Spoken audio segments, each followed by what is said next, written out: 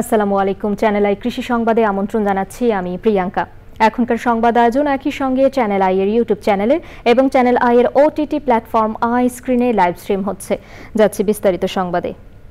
LED লাইটের প্রযুক্তি ব্যবহার করে অনেক উদ্যোক্তাই সফল হচ্ছেন অমৌসুমে ড্রাগন ফলের ফলন বাড়াতে। শরীয়তপুরের জহিরুল ইসলাম তার ড্রাগন বাগানের একটি অংশে এলইডি লাইট লাগিয়ে সুফল পেয়েছেন। তিনি বলছেন, প্রযুক্তির সফল ব্যবহারই নিশ্চিত করতে পারে নিরাপদ উপায়ে অধিক ফলন। বিস্তারিত জানাচ্ছেন শাইখ সিরাজ। আড়িয়ালখার শাখা নদীর তীরে শরীয়তপুর জেলার জয়নগর গ্রামের এই ড্রাগন বাগানটিতে অমৌসুমেও ফুল এসেছে। এই সময়ে ড্রাগন ফলের ফলনে বেশ আশাবাদী উদ্যোক্তা জহিরুল ইসলাম। এগুলো স্যার যে যত ফুল দেখতেছেন সমস্ত ফুলগুলো স্যার আমার এগুলো কিন্তু স্যার এলইডি লাইটের প্রভাব। সিজনের চাইতে বেশি ধরছে, প্রত্যেকটা ডোগায় একটা করে ফুল আছে স্যার। তবে ক্রমবিকাশমান ড্রাগন ফলের বাণিজ্যিক চাষে টনিক নামের এক শঙ্কার কথাও জানালেন তিনি। আমাদের দেশে স্যার এই ধরনের ড্রাগন বাজার ছেয়ে গেছে। গত বছর শেষের দিক দিয়ে কিছু ড্রাগন আসছিল, পরে অনেকেই বিক্রি করতে পারেনি, কিন্তু এই বছর প্রথম থেকেই সবাই এগুলি করতেছে। সবার দোকানে গেলেই দেখবেন যে স্যার অল্প পাকা অল্প কাঁচা এবং বিকট একটা ড্রাগন। হ্যাঁ, প্রযুক্তি ব্যবহারের মাধ্যমে নিরাপদ ও উচ্চ ফলন নিশ্চিত করতে চান এই উদ্যোক্তা। প্রত্যেকটা আপনার 15 ওয়াটের এলইডি লাইট, যেগুলো আমাদের দেশে স্যার নর্মাল যে এলইডি লাইট গুলো আছে না, এগুলো আমি স্যার 30 ওয়াটের লাইটও জ্বালাই দেখছি, কিন্তু স্যার এটা আসে না। এটা কি এই প্রযুক্তির কল্যাণে? এটা প্রযুক্তির কল্যাণে। বিশ্বজুড়ে তৈরি হওয়া ড্রাগন ফলের বিশাল বাজারে প্রবেশ করতে প্রয়োজন কৃষিতে শুদ্ধ চর্চা নিশ্চিত করা। প্রযুক্তির কল্যাণে ড্রাগন খামারে যেমন উৎপাদনশীলতা বাড়ছে, আবার একইভাবে এই প্রযুক্তির কুফলে স্বাস্থ্য খাত হুমকির মধ্যে পড়ছে। উদ্যোক্তারা বলছেন, নীতি নির্ধারণী পর্যায়ে যদি দেখভাল করা না হয়, সঠিক তদারকি না হয়, তাহলে উদীয়মান এই ড্রাগন চাষের শিল্প সাংঘাতিক রকম হুমকির মধ্যে পড়বে। শরীয়তপুরের জয়নগর থেকে শাইখ সিরাজ, চ্যানেল আই।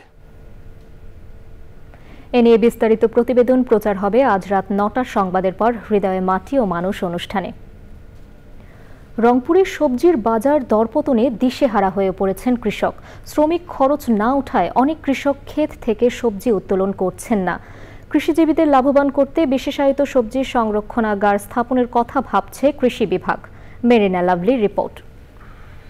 চলতি শীত মৌসুমে রংপুরে শাকসবজির দাম ব্যাপক কমে গেছে।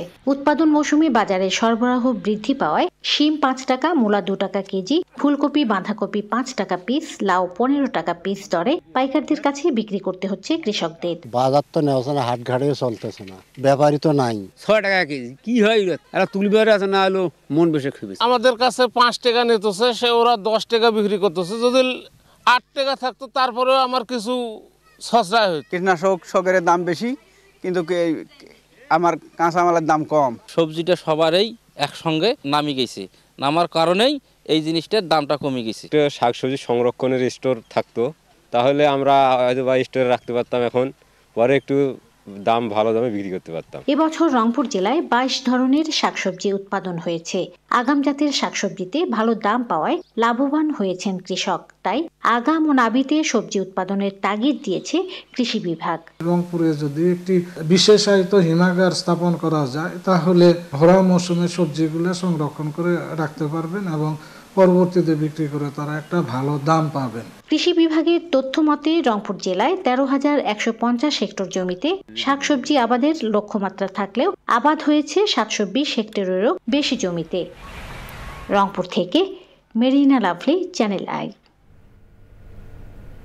নাটোরের সমতল ভূমিতে শুরু হয়েছে কমলা চাষ। অনেক কৃষক ইতিমধ্যেই কমলা চাষ করে লাভবান হয়েছেন। এ নিয়ে বিস্তারিত জানাচ্ছেন নাটোর প্রতিনিধি রেজাউল করিম রেজা। কমলার চাষ শুধু পাহাড়ি অঞ্চলে হয় এমন ধারণা পাল্টে দিয়ে সমতল ভূমিতে বাণিজ্যিকভাবে চাষ করে তাক লাগিয়েছেন নাটোর সদর উপজেলার হালসা গ্রামের বাসিন্দা আজিজুর রহমান। তার 1 বিঘা জমিতে কমলা গাছ রয়েছে প্রায় 1000। ফল আসছে, তো কমলা বাগান দেখে আমার খুবই ভালো লাগছে। পরবর্তীতে এমন একটা কমলা বাগান দিব। এবং আমার 9 জাতের কমলা মিলে 1000 গাছ ছিল।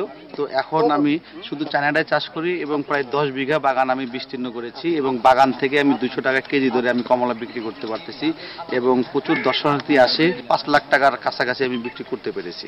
বাগান সম্প্রসারণে প্রয়োজনীয় পরামর্শ দিচ্ছে কৃষি বিভাগ। এর আগেও এসেছি, পরিদর্শন করেছি এবং আমরা কৃষি অফিসের পক্ষ থেকে সার্বক্ষণিক পরামর্শ প্রদান করে যাচ্ছি।